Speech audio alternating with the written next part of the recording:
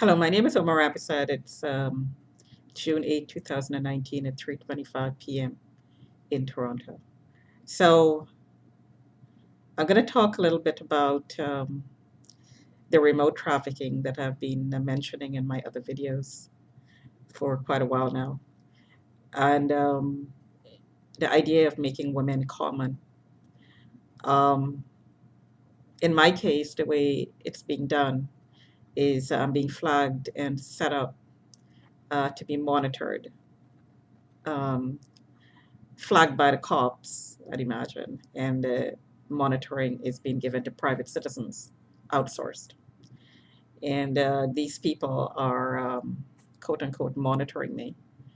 But really, what they're doing is using technologies to look at me inside my home and and recording me inside my home and passing me around. Um, in my case, there's been based on the harassment that I've been getting for years now. There's been a lot of passing around globally because I'm being monitored globally. So I'm globally being passed around. Um, and I've talked about this being a setup for remote trafficking because it is trafficking basically. It,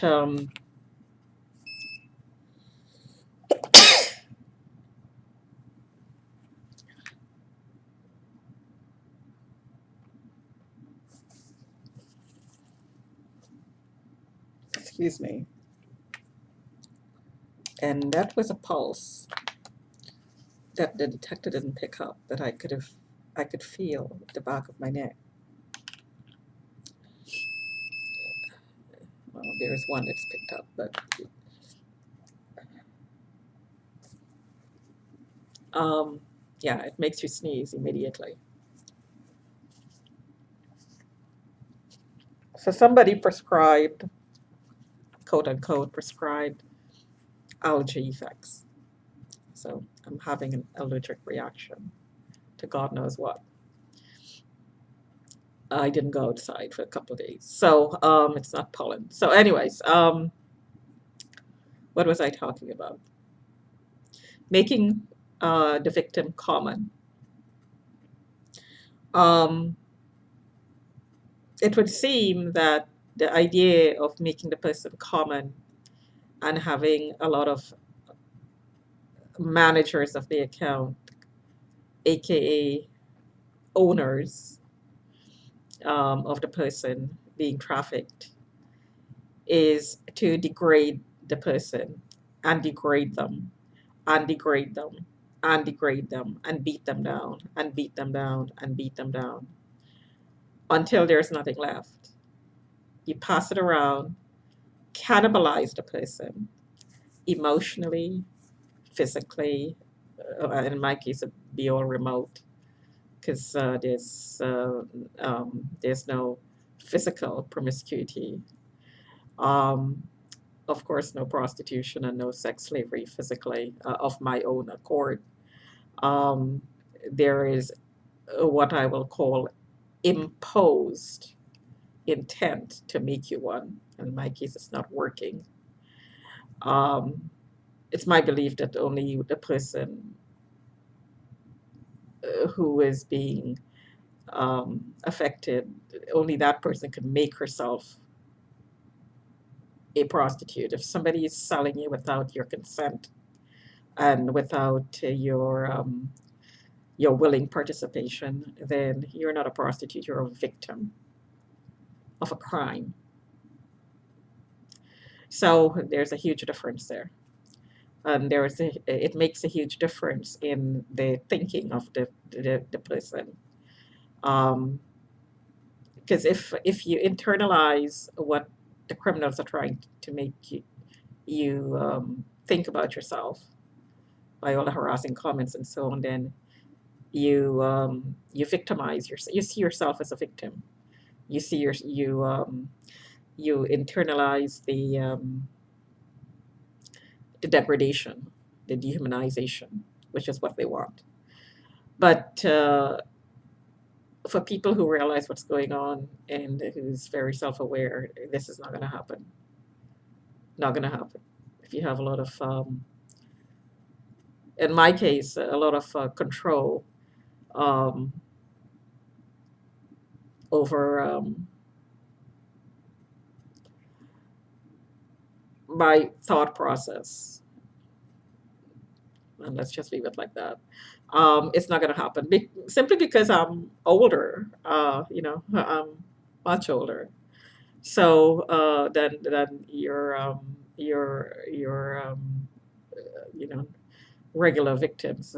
Most victims are young and 16, 17, 20, and they don't have the life experience to deal with this and don't internalize or the support system to help them do it.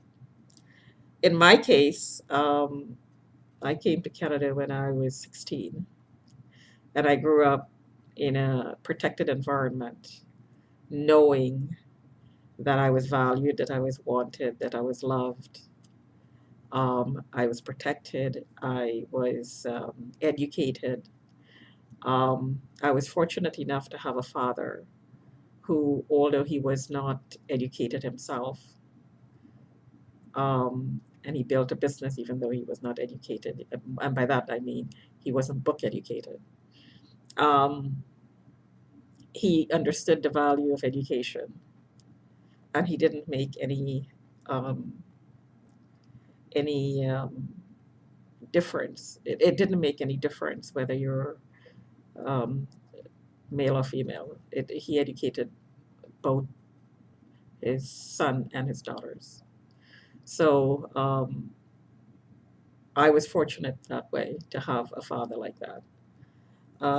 There were other people in the village who had, no ambition to educate their kids. They would take their kids to the garden, do the farming, uh, hard labor, basically. Um, my father was determined that we got an education. He would, we were, I practically grew up around the house, the house and the land that surrounded it, and the school, basically. There was no um, requirement that we go and help in the garden or do hard labor or anything. As children, we weren't used as labor. So my father was very progressive in that way. And the one thing that now, in retrospect, dealing with all this harassment, that helped is in your formative years, knowing that there was structure around your upbringing, that there was discipline. My father was he was as when education, and I'm choosing my words very carefully, as you could tell. Um, Even though he grew up in an unstructured environment without parents, both his parents died very early. Um, he provided the structure for us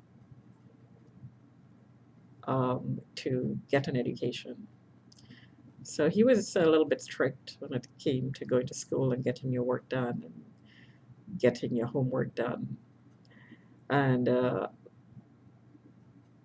after a while, I guess he realized that he didn't have to push. There are some kids who you need to push, and there are kids that you don't need to push. So, anyways, my point is that your upbringing makes a huge, huge difference in the way that you handle challenges later on in your life. Um, I grew up in a strict when it came to dating, and so I grew up in a very strict environment.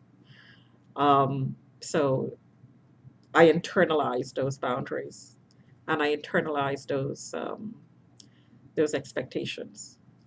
And even when you get out of that environment and you're challenged and you step out of those boundaries, there is something that always pulls you back, even if you make mistakes along the way. There is always something that pulls you back into um, into the center of your being that was formed as a child. And in my case, I was lucky enough to have a good center. So how you're brought up makes a huge difference. How you're treated as a child makes a huge difference. So for me, there's not going to be any internalizing of these comments, this harassment, um, this attempt to recruit into a way of life that is foreign to me, completely foreign. So it's unfortunate that the technologies that are being developed that could be put to use to accomplish so much good for humanities. These technologies are being used by people who have access to them. And these are people in the military, people in the police force, and people who have, you know, privileges that are abusing these privileges and are using them to attack women and to recruit them as sex slaves, slaves, slaves, number one, and sex slaves. So, I mean, this is Canada after all. We have a good system in place. In fact, we have a system that could be used to effectively eradicate this crime, which is a remote one. The method that's used using these new technologies are very sophisticated, very technical, very subtle. Um, in some cases, in my case, it's not so subtle. Um, but technologies that are used while someone is sleeping, for instance, to train. I guess in a way that's subtle, but it's satanic. I mean, if you affect somebody as they sleep in order to train them to become whatever you want them to become, and not only not the training is not only for sex slavery; it's for whatever the criminal organization wants the person to be. Um, but trafficking is really good business, so the training is a lot of effort is focused on slavery, sex slavery, in the training. So a lot of what victims are recorded uh, doing are done in a semi-awake, semi-sleep state, and that is recorded and is sent out to the public because targets are open. You have no privacy and discussed. So, if, for instance, and I'll give you an example, if, for instance, while you're sleeping, your your genitals are tagged, male or female, and in women's case, you heat up, your body heats up, and instinctively you spread out your arms to feel cooler. You spread out your legs to feel cooler, and that's a way of training. So then it makes your body more available to be pulsed in all the right places. So then you'll hear a comment like I heard one outside the window. Um, um, somebody trained her to be, and that's it's a worker's name in the building, trained her to open up her legs. Well, keep in mind that this training is being done while the person is half asleep, half awake, and sometimes asleep. So really, the person is not opening their legs because they want to. So this is how the training is done. But the person is harassed with these comments because the person is imprinted on the client that you're being customized to. Very, very sophisticated techniques, subtle and not so subtle techniques, asleep and awake while you're asleep and awake, are being used. So this kind of technology is accessed by people who may have high clearance in the military, for instance. You know, there are pedophiles in the military, there are pedophiles in the police force. Um, you take a criminal like Russell Williams, who have access to the technology, and he uses the technology that he has access to do his dirty business. Good example, right? And he's a well-known case. Um, so we know this is being done because the community is openly doing it. So we know it's being done. So how many other victims are there and how many other sacrifices are there? How many people like Russell Williams in high places or like Paul Bernardo in not so high places? How many others like them are there? How many of them are walking the streets with titles and presidencies and military figures and bureaucrats and high levels? How many of these people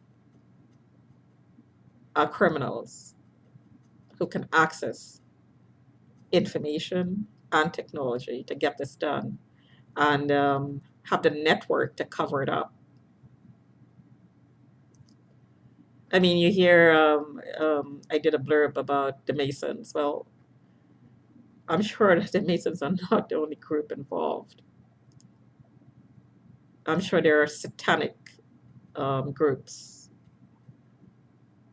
Now, are the Masons infiltrated with satanic groups? Well, like every other group, they're open to infiltration. But these are things that need to be talked about, because when they're not talked about, it continues and it continues and it continues and it continues, and you get genocide because certain classes of people are being focused on more than others. Women, huge, huge percentage of the victims, and now more and more increasingly men and boys, because there's an increase in bisexuality. So the demand is there. Pedophilia, increase in that as well. So the demand is there. It needs to be talked about. It can't be covered up under the guise of systemic failure. Systemic failure in leadership, systemic failure in communication. These things in my opinion, are cover-ups for something else that's going on, because the nature of the crimes themselves indicate that there's something else going on here. I mean, the idea of sacrificing someone is a satanic idea. So if you're sacrificing a woman, then it's a satanic agenda. It's a systemic failure in leadership at the top of the Toronto Police Force. In the case of Paul Bernardo's investigation, is not good enough. The question needs to be asked, What is causing the systemic failure? What caused all the blocks to be put in place in the investigation in the Paul Bernardo's case that caused three girls to lose their lives, and not only lose their lives, to be tortured, satanically tortured. And I read somewhere this torture and the sexual abuse also involved animals. This is Satanism. This is evil. It needs to be talked about. Talk to you another time.